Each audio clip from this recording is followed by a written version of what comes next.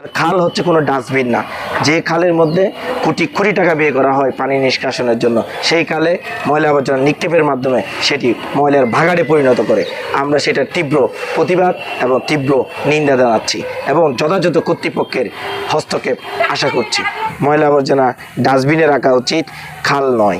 খাল কোনো ডাস্টবিন নয়, খাল কোনো ময়লা আবর্জনার স্থান নয়। খাল থাকবে পানি যাওয়ার জন্য, খাল থাকবে পরিষ্কার পরিচ্ছন্ন, তখনই আমরা হয়তো জলাবদ্ধতা থেকে মুক্তি পেতে পারি।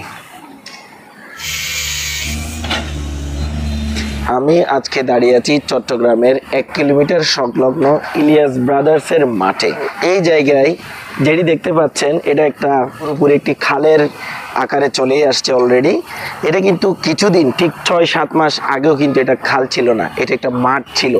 এখানে সবাই খেলতো, এখানে গরুর হাট হতো, কিন্তু এখন একটি পুরো দস্তুর একটি খালে পরিণত হয়েছে। চট্টগ্রামে জলাবদ্ধতা নিরসনে 4টি প্রকল্প হাতে নেওয়া হয়েছিল। এর মধ্যে একটি হচ্ছে চট্টগ্রামের বহদ্দার হাট থেকে শুরু করে একটি খাল একদম কর্ণফুলী নদীর সাথে সংযুক্ত হয়ে যাবে। যে খালটি খনন করা হচ্ছে জলাবদ্ধতা নিরসনের জন্য, সেই খালে কিন্তু আমি দাঁড়িয়ে আছি। চট্টগ্রামে জলাবদ্ধতা নিরসনে ব্যয় ধরা হয়েছে 14,000 কোটি টাকার চেয়েও বেশি। তার মধ্যে 8,000 কোটি টাকার চেয়েও বেশি অলরেডি ব্যয় হয়ে গেছে।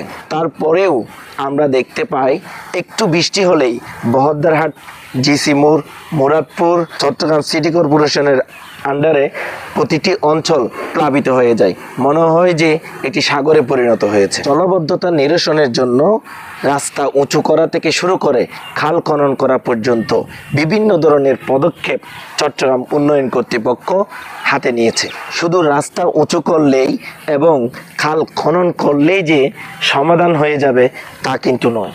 মানুষের সদিচ্ছা, মানুষের ভালোবাসা প্রয়োজন রয়েছে।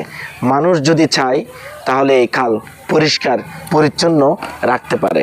চট্টগ্রামবাসীর জন্য একটি সুসংবাদ রয়েছে, আর সেটি হচ্ছে বহদ্দারহাট থেকে যে কর্ণফুলী নদীতে পানি যাওয়ার ব্যবস্থা ছিল, শুধু একটি মাত্র উপায় ছিল এবং সেটা চাকতায় খাল দিয়ে পানি বের হতো।